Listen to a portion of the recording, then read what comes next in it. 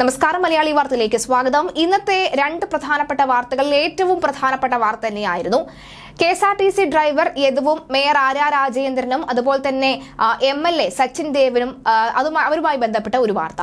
ഈ വാർത്തയിൽ പ്രധാനമായും കോടതിയുടെ ഒരു ഇടപെടൽ ഉണ്ടാകുന്നു. കോടതി കൃത്യമായി തന്നെ യദുവിന്റെ ഹർജി പരിഗണിക്കുമ്പോൾ അവിടെ മേയർക്കും MLAക്കും സഹോദരി ഭർത്താവും മറ്റ് 5 പേർക്കുമെതിരെ കേസെടുക്കണം എന്നാവശ്യപ്പെടുകയും ചെയ്യുന്നു.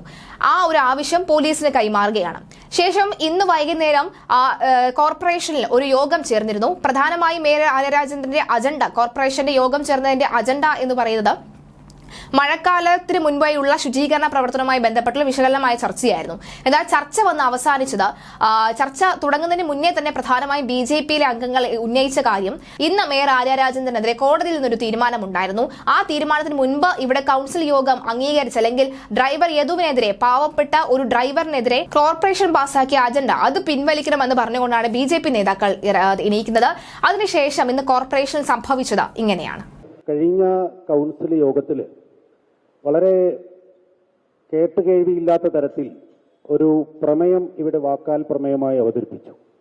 ആ വാക്കാൽ പ്രമേയം എന്ന് പറയുന്നത് കേരള മുനിസിപ്പാലിറ്റി ആക്ടിന്റെ ചട്ടങ്ങൾക്ക് പൂർണ്ണമായും വിരുദ്ധവും, ഇന്ന് ബഹുമാനപ്പെട്ട കോടതി അത് ശരിയാണെന്ന്, ഞങ്ങൾ ബാക്കൌട്ട് നടത്തി ബഹിഷ്കരിച്ച് പോയിട്ടുള്ള കാര്യം ശരിയാണെന്നും ആ പ്രമേയം ഞങ്ങൾക്ക് ചട്ടവിരുദ്ധമാണെന്ന് ആരോപിക്കുവാനുള്ള പിന്തുണ അല്ലെങ്കിൽ ഇന്ന് കോടതി എടുത്തിട്ടുള്ള കേസെടുക്കാൻ അനുവദിച്ചിട്ടുള്ളത് പ്രകാരം അത് പൂർണ്ണമായും അത് പിൻവലിക്കണം എന്ന് ഞങ്ങൾ ആവശ്യപ്പെടുക.